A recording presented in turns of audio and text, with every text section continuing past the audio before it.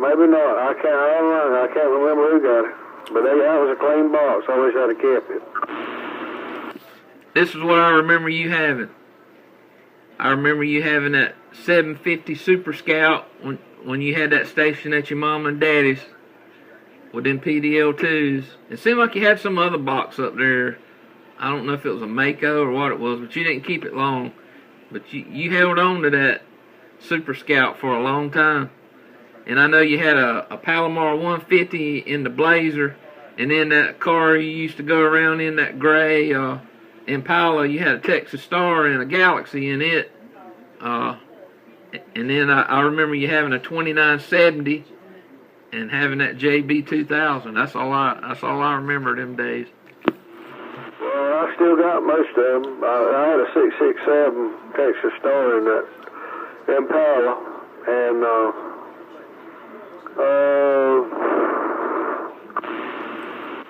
that Super Scout, I drove it with a JB12.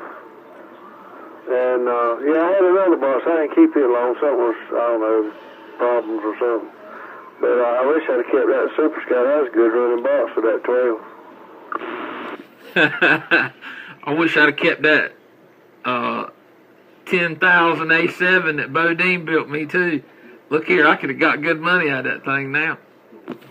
Well, I wish I'd have kept my little Argo radio I had. Remember, I don't know if you remember that one or not. That's before I had a Galaxy over there. It's a little Argo. It's the one that Blackbeard ran. Yep. And it had the channels in it. Neat looking little radio. And I can't find one nowhere. You can find pictures of it on the internet, but you can't find one. I don't know who made them or whatever. But, I mean, it goes everywhere. But it was a neat looking little radio. And I don't know what happened to it. Yep, I do remember that radio. I remember that radio and that Galaxy SSB Echo you had. Sure do. I remember both of them radios. And you're right, Blackbeard had one over there too. He really liked that radio. I mean, I know he talked on that tram a lot, but man, I think he just liked to sit there and look at that Argo. I think he just liked to sit there and look at it. Like he enjoyed having it more than he did using it. Because he didn't talk on it a lot. Well, that's the one I ended up with, the one he had. And he had that Super Scout. I got both of them. He traded them back to Bobby, and I bought them from Bobby. But inflated price, because we found out later that he had them, and I could have bought them from him for probably about half the price. Yeah, that's crazy. Well, he was in it to make money. Yeah, he had to buy that gold. That's right.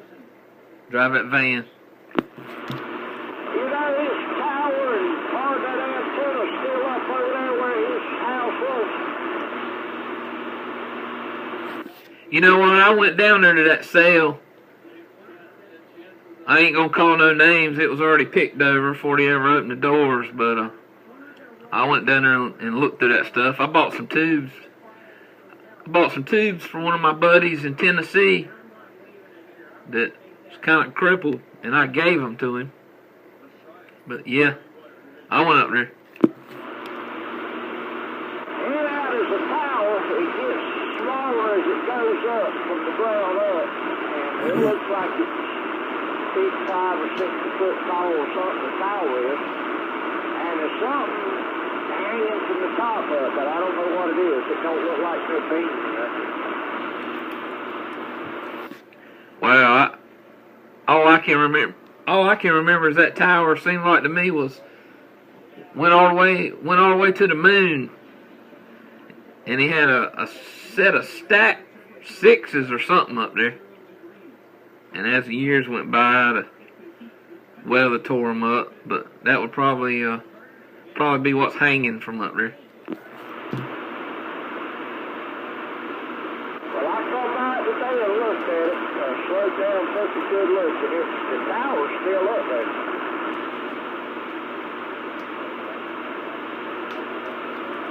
I believe that same tank man's got it that could be fixed. That top section is. Yeah, the Undertaker told me that Hot Shot bought that tower, but he ain't went up there and took it down yet. The one at Pac-Man's? No, the one up there at the Bears. Oh, okay. Yeah, Undertaker was supposed to bought all that stuff. I got it. I don't know where he bought it or not, but he's supposed to have gotten it. Uh-huh. I ain't bought no towel. Even before the sale. I know it. I was just trying to get a rise out of you. I got all the ones I need right here behind the house. I got one just like this one at the farmland over there behind the pack house. I mean, in the parent house. That somebody gave me. Said, come get it. Nelson Goodnight had it. Stayed there behind his house. He had 2 towers. He said he'd taken them down for people and he wanted to move them. He said he's tired of moving them. He called me and said, you want some towers? I went and got them and stored them in case I need them. Man, I got a 60. It's 65 feet with the top section on it. It's mounted on a trailer. You can take it anywhere you want to go. One winch stands the tower up. The other winch cranks the tower up. And it's got a top section you put on it. It's about 65 foot with a top section on it. That thing, you'd be surprised how sturdy that thing is when you stand it up. It's got a plate on it and it kind of digs down into the ground a little bit, you know. I've enjoyed that thing. I got a 55-foot or 60-foot cranked up aluminum one out there, and when it's all collapsed, take one hand, pick it up, walk around with it like a suitcase. That's how light it is. It's the three tubes. It's not the angle iron or the angle aluminum. It's round tubes, and each section's the same size from the top, from the bottom to the top of each section. Man, that's what I'm looking for, something more portable. The way we move around. Just something to throw up there on top of a 5x8 trailer on a ladder rack. When I get where I'm going, just lean it up against something and crank that sucker up. That's what I'm looking for. Them things are expensive, man.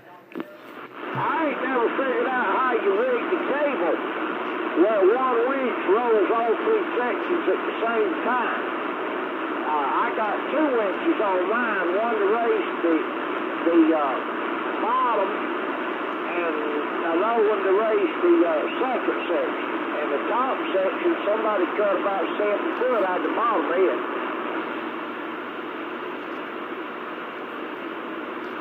Roger.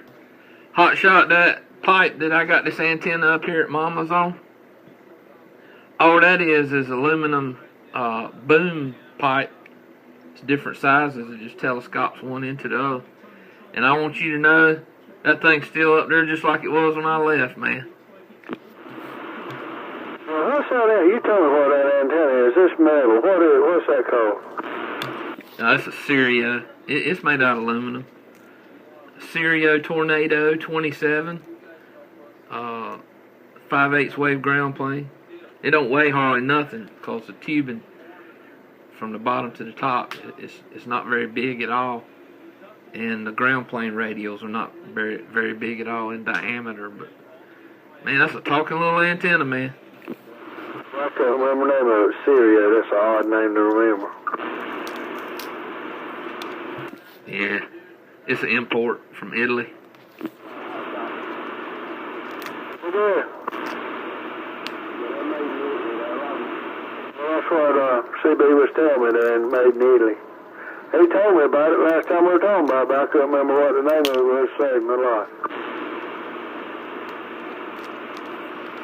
Yeah, I had that antenna up in California out there for 10 months. Talked back to the east side every day. That was right at the peak of the solar cycle out. Man, I had a lot of fun on this antenna out there.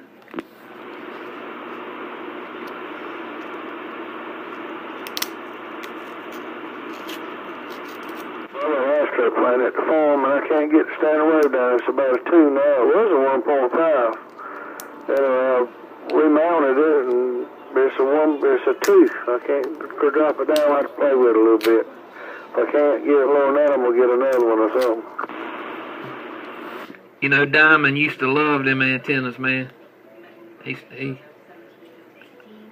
talked about them antennas all the time, them astroplanes. Serio makes a version of the original astroplane. Some people say it's not quite as sturdy as the original, but I guess it serves the same purpose. I don't know. I've seen them on the website and on the internet, but I've never seen one in person. Well, this one's an aftermarket. It's called a Top 1 or something. Pinecomb got them. He ordered them from Copper. He ordered him one and me one. And I put mine up and put it together and carried it around there to Pac-Man. So he was going to use it. We couldn't get the standing wave down. And his problem was his coax, and it sat there forever, and he wasn't going to use it, so I got it back. And the standing wave was about 1.3, 1.5. Anyway, I was going up some, and I can't get it down, so I don't know what I'm going to do. But I had one. I had an original. Got it from the bear. And it was a good antenna.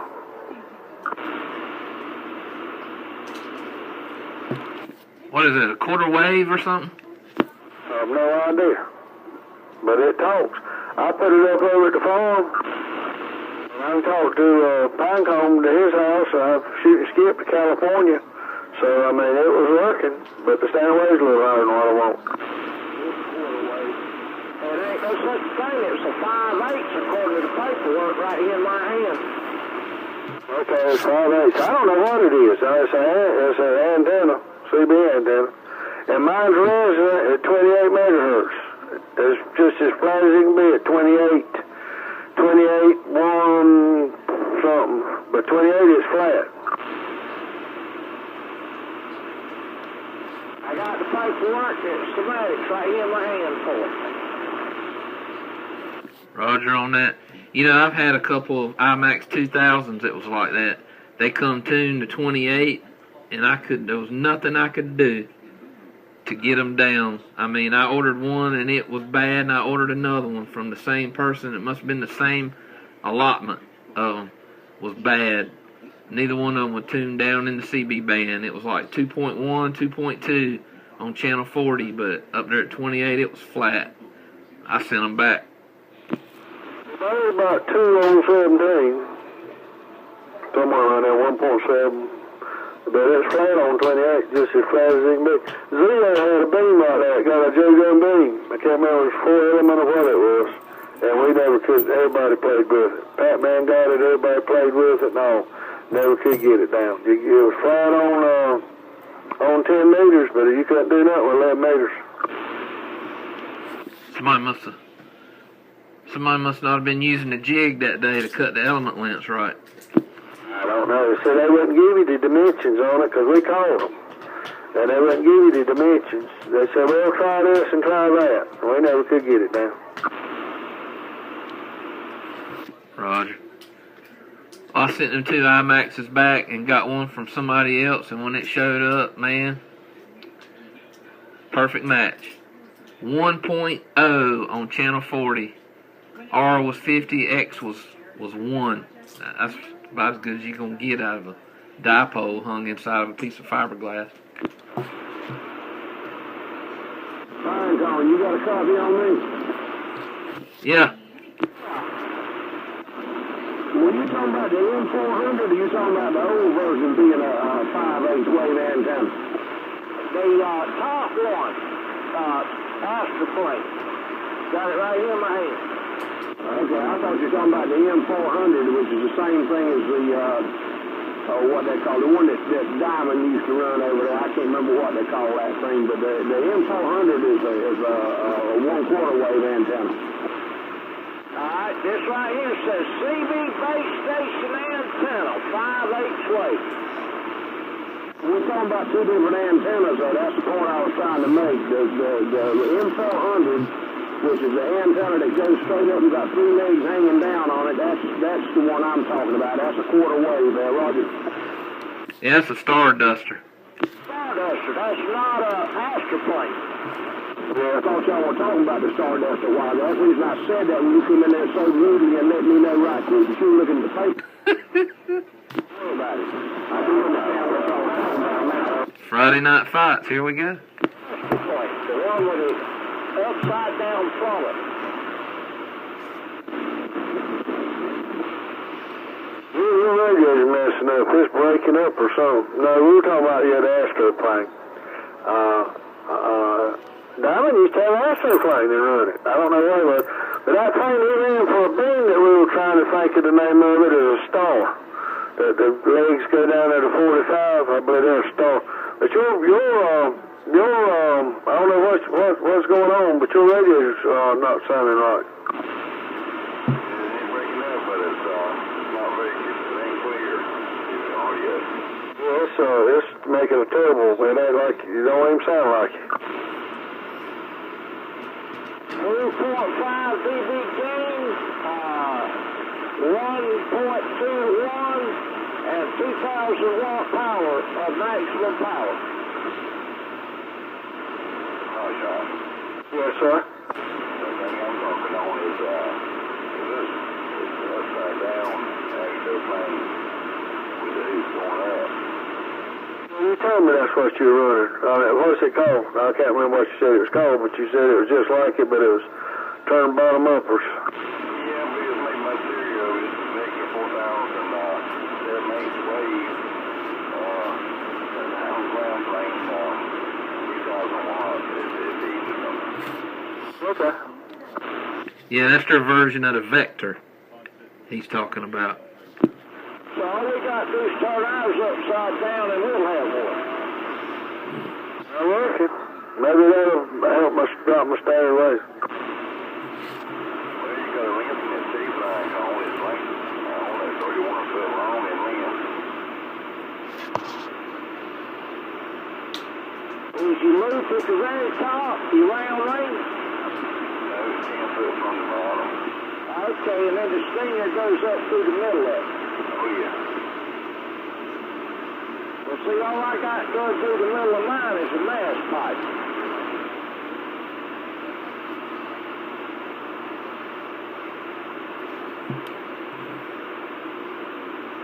And the way the signal travels, it goes in at the coax, it goes down one leg, around that ring, and up. Hot shot, we need a middleman in here. If he was still here, he'd get them all straight. If middleman was still here, he'd get everybody straight about these antennas. Well, who's the antenna guru?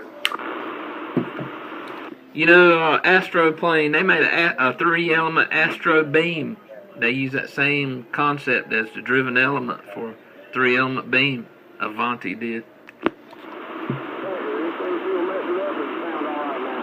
We're okay now.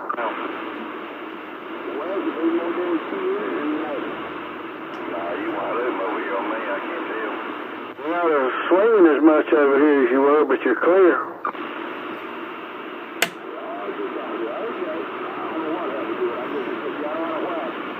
Well, it sounded like that a little bit this afternoon, or earlier when you were talking.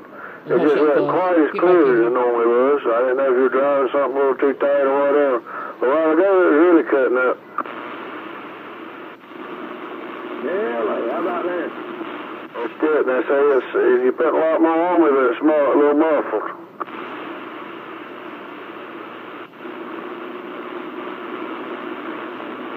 Yeah, how about that? Still muffled. Still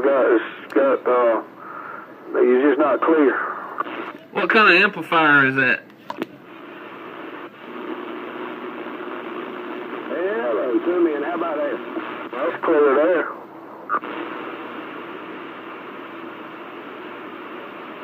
Yeah, how about that? Right again, say a little more. Hello, to me, and get back. Roger, roger, roger. It's on the verge of doing it again. Okay, I just jacked the dead key up some. How's that? I'm still doing it.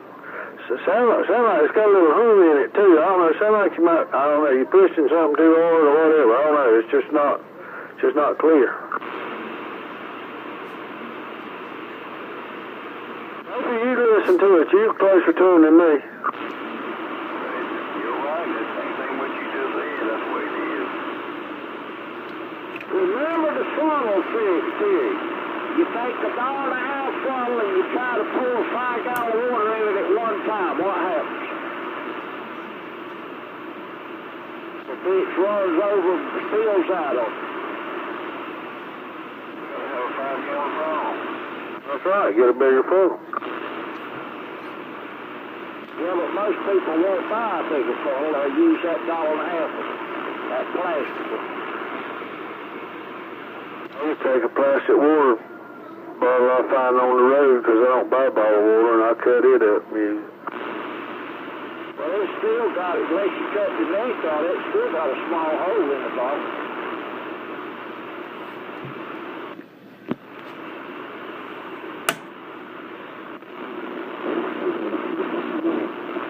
Wow, it's terribly messed up. You can't even understand what you're saying. It sounds like you're off frequency or something. No, that's terrible.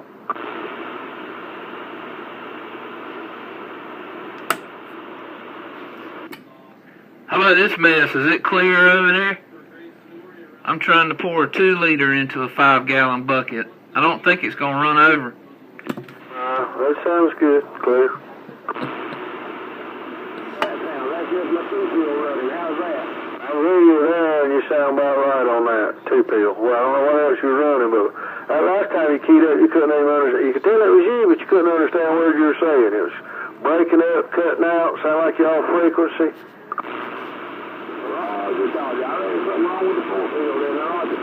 Well, you're fine. Sound like you're supposed to right now on the 2-pill.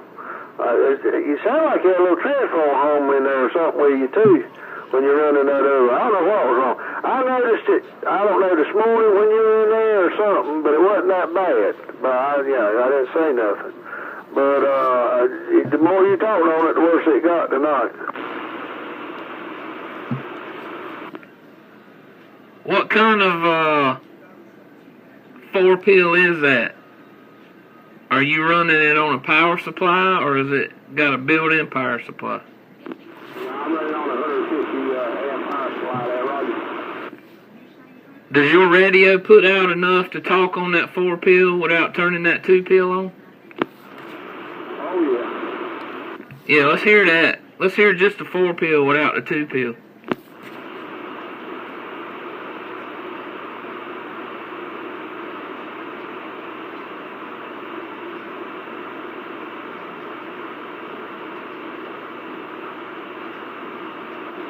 Hello, come in. That's just the 4-pill right by itself there, Roger.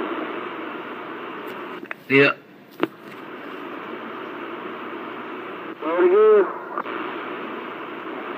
Hello, come in. Just back. How's it sounding right there? That's just the 4-pill.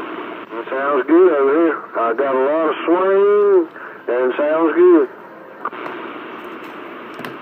I'll be driving that thing too hard or something. I don't know, but that sounds good. You got a rectifier going out in that power supply. You got a rectifier going out, or it might already be out in that power supply. And when you turn that 2-pill on and that 4-pill on, if you've got a bad rectifier, then you're pulling too much current. You're putting the load on the other rectifier, and that's the reason it's breaking down. When you turn that 2-pill on and that 4-pill on, your power supply is not making enough amperage to pull both of them because you got a rectifier going out. Well, I got a 120 amp power supply. I can run this 4-pill on. I'll put it in right. Yep, and that'll probably cure the problem. That way we'll know if it's the power supply or not. The 2-pill sounds good and the 4-pill sounds good. The 2-pill and the 4-pill together don't sound too good. So you're either, and I noticed you were playing with your dead key and you got it down and it still sounded bad. So, I mean, what else can it be?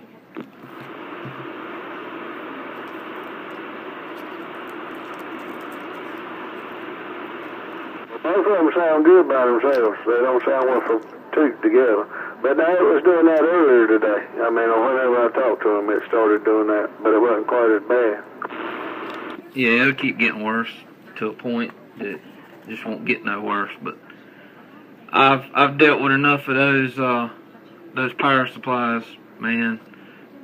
It sounds just like a rectifier going out, or has already gone out. And you know, if it's a Fat Boy or X-Force or something like that, the rectifiers that's in them things, it ain't but about $15. Well, I don't know what he's running, but it's if his voltage doesn't drop, though, it should be good as long as his voltage stays up. No. You can be running a 100 amp power supply and have one of the 50 amp rectifiers go out on it, and it'll still show you good voltage. But when you put anything above 50 amps to it, it'll start acting just like his did.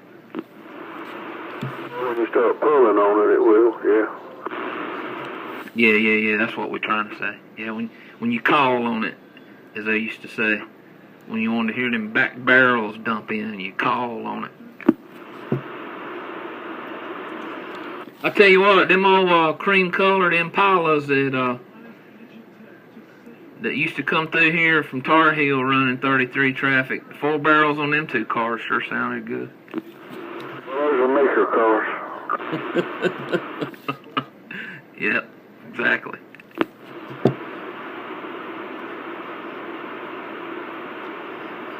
They'd be on the way to White Lake to stop a fight at the ice cream stand inside the arcade.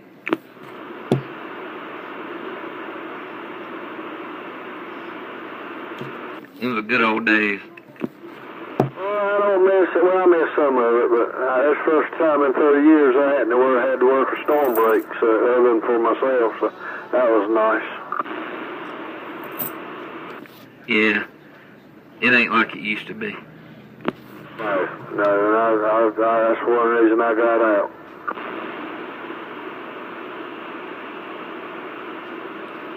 Yeah, when I left here, I tried it in 2 more states. It changed everywhere.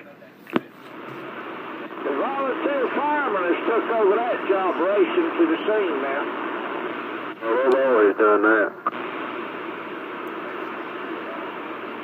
I can't figure out why a town will spend a couple $100,000 to buy a fire truck that'll ride 5 or 6 heads with full gear, and only one man leaves the station with it.